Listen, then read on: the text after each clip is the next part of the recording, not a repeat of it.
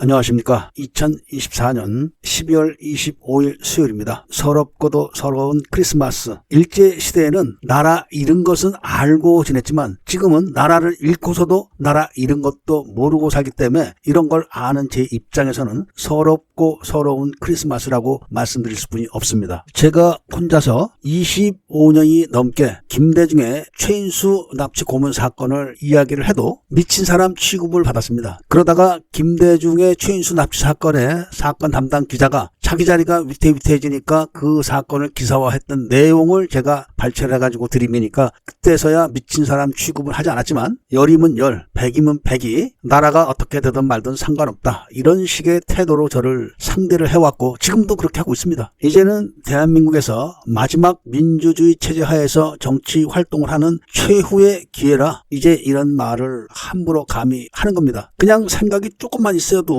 누구나 금세 다 알 수 있는 언론 통제, 이 사실에 대해서 아무도 신경을 쓰지 않습니다. 박정희 대통령의 유신 시대 때도 유신을 반대하거나 박정희 대통령의 장기 집권에 대한 반대 의견을 언론에서 다뤘습니다. 그리고 그런 주장을 하는 수많은 정치인이 있었고 지식인이 있었습니다. 그리고 그 시절은 민주주의 시절이 아니다. 이렇게 정의를 내렸던 시대고 지금은 민주화가 된 시대다. 이렇게 정의를 내리는데도 5.18 이야기만 했다 하면은 난장판이 되고 그리고 부정선거 이야기도 어느 언론사도 다루지 않고 또 일부 지식인들이 부정선거 이야기를 한다고 해도 딱 시나리오로 짠 그런 이야기들만 수박의 형태로 이야기를 하면서 진실을 감추고 있습니다. 제가 5.18 이야기를 할 때 그동안 육사 출신들이 5.18에 대해서 많은 이야기를 해왔지만 진실을 말하는 것은 그 즉시 다 덮어버렸습니다. 그러면서도 언론에서는 절대로 5.18 진실에 대한 이야기를 하지 않는 것이 통례로 되어 있습니다. 이것이 민주주의의 언론 체계인지 생각이 조금만 있는 사람들은 금세 알 수가 있습니다. 그것처럼 지금 부정선거 이야기를 하는 것도 진짜 부정선거 이야기는 안 합니다. 그리고 5.18의 진실, 이태원 참사의 진실, 부정선거에 대한 진실 이런 것들이 제대로 수사가 되지도 않고 재판이 되지도 않는 이런 이유를 헌법이 존재하는 나라에서 통하지 않는 게 과연 뭐 때문에 그런가? 여기에 대해서 이야기를 하는 사람이 단 한 명도 없습니다. 그게 바로 삼원체제 비밀 정부가 별도의 통치를 하고 있기 때문에 그렇다. 이런 이야기를 하는 사람은 단 한 명도 없습니다. 그래서 오늘은 삼원체제 비밀 정부가 통제하는 한국 언론 이런 주제로 어떤 과정을 거쳐서 모든 언론들이 중국의 통제와 북한의 통제에 들어가게 됐는가 이걸 말씀드리려고 하는 겁니다. 며칠 전에 유튜브에 떠오른 영상 중에 하나가 문갑식이가 김대중 정부 때 노무현을 후계자로 지정한 거는 김정일이다. 이런 영상을 올린 걸 제가 봤습니다. 지금 대한민국의 모든 언론의 앞제비는 조중동입니다. 문갑식이도 조선일보 출신입니다. 진짜를 말하는 것 같지만 문갑식이도 삼원체제 비밀 정부 이야기는 단 한 번도 한 적이 없는 사람입니다. 5.18 이야기를 가끔씩 한다고 해도 통합병원 방위병 사건, 전교사 교도대대 조교 시신 실종 사건 이런 거 이야기한 거 본 적 없습니다. 저는 지금 대한민국의 어떤 언론 종사자들도 단 한 명도 믿지 않습니다. 제 방송을 오래 들으신 분들은 최인수 납치 사건이 뭔지 금사합니다. 최인수 납치 사건 직후에 바로 중앙일보에 대한 언론 세무 사찰이 시작됩니다. 겁을 주고 최인수 사건을 묻고 홍석현이를 포섭하기 위한 공작이었습니다. 그때 홍석현이가 이종찬이를 찾아가서 우리한테 이럴 수가 있느냐? 우리가 최인수를 다 너희들한테 밀고 해서 보내줬는데 왜 우리를 이렇게 하느냐라고 얘기했을 때 이종찬이가 뭐라고 얘기했냐면은 이거는 내 선에서 하는 게 아니다. 무지하게 높은 데서 이야기를 하기 때문에 내가 감히 이야기를 할 수가 없다. 이런 대답을 한 거를 언론서 보도한 기사를 제가 갖고 있습니다. 지금도 갖고 있습니다. 대한민국 정치 공작의 최고 수장인 국정원장이 내 선이 아니다. 이렇게 얘기하면 그 선이 어딜까요? 바로 중국과 북한인 겁니다. 중국과 북한에서 한국의 언론을 길들이기 위해서 언론 세무 사찰을 실시해서 김대중 정권 때 일단 검찰 쪽에 기소를 하고 재판이 진행되고 끝날 때까지는 노무현 정권까지 이어가게 된 겁니다. 이때 이미 박지원이가 한국의 언론사들을 전부 데리고 평양에 가서 김정일 이야기에 무릎 꿇리고 인사를 시켰던 사실도 있었습니다. 아시는 분 다 아실 겁니다. 언론 세무 사찰이라는 것은 푸틴이 정권을 잡고 러시아 언론을 길들이기 위해서 처음으로 실시했던 것인데 이거를 중국 정부가 벤치마킹을 해서 최인수 사건 직후에 철저하게 연구를 한 다음에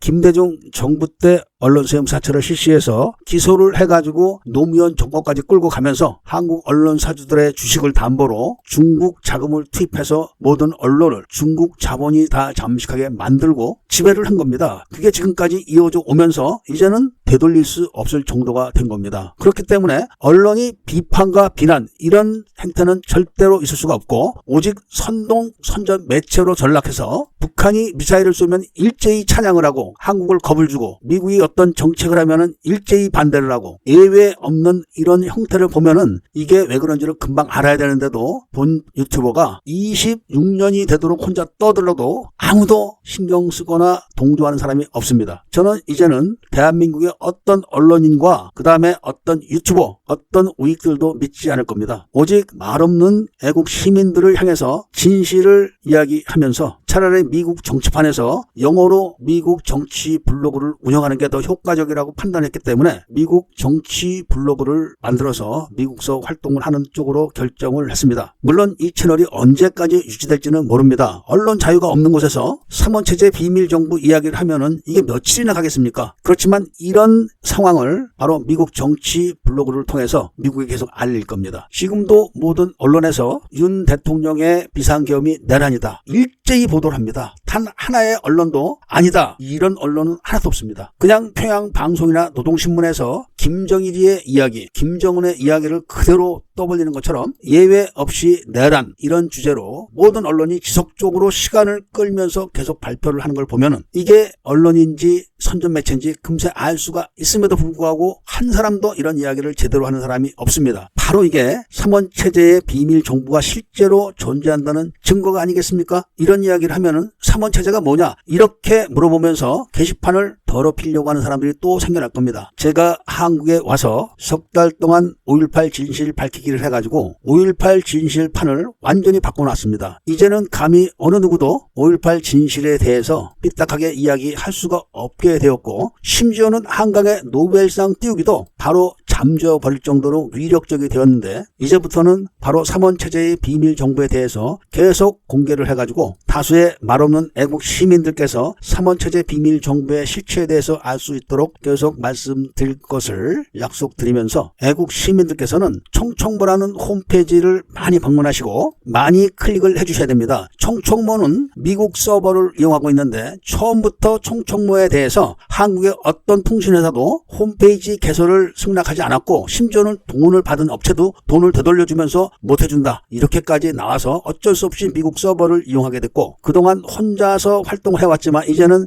여러 회원들과 임원들이 있기 때문에 홈페이지가 좀 활성화될 겁니다. 많은 분들이 일배 하시는데 일배가 끝난 지는 오래됐습니다. 일배에서 적극적인 우인 활동을 하다 보니까 호남 세력들이 돈을 주고 일배를 사갔습니다. 그게 꽤 됐습니다. 그래서 일배가 홍배가 된 지가 아주 오래다 이렇게 됐는데도 불구하고 지금도 일배 타령을 하는 좌익들이 무지 많습니다. 그리고 우익들은 그런 사실도 모릅니다. 많은 애국 세력들은 일배 하지 마시고 차라리 총총모 이렇게 하면서 총총모 홈페이지를 많이 구독해 주시고 그리고 총총모 앱을 깔아서 실시간으로 저와 소통이 될 수 있는 길을 만들어 가지고 제가 집필을 한 작게 80518과 김대중과 총주계 국정원장들의 대남 적화 공작이라는 책을 꼭 구독을 하셔가지고 읽어보셔야만 제대로 된 애국 활동을 하실 수 있다 이런 말씀을 드리면서 오늘 이야기를 마치도록 하겠습니다. 이야기를 들어주신 데 대해서 감사드립니다.